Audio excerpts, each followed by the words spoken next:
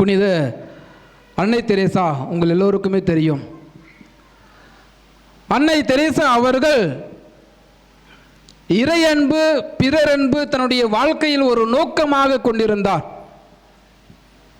ஒரு செயலை செய்வதற்கு முன்பாக நற்கருணை நாதரிடம் 1 மணி நேரம் ஜெபிப்பார். இறையன்பு, கடவுள் மீது அன்பு, கடவுள் மீது பாசம். அந்த ஜெபம் முடித்த பிற்பாடு சமுதாயத்திற்கு செல்கின்றாள்.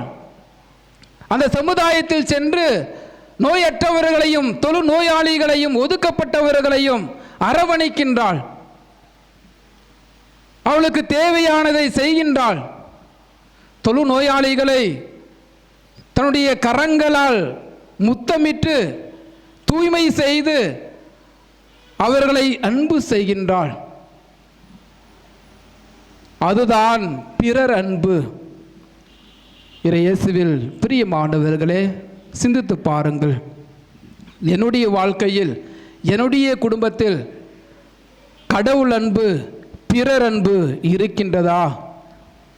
நான் கடவுளை மட்டும் அன்பு செய்தால் போதாது, என் அருகில் இருக்கின்ற அடுத்தவர்களையும் பிறரையும் அன்பு செய்ய வேண்டும். எனவே நாமும் பிறரையும் அன்பு செய்து வாழ்வோம்.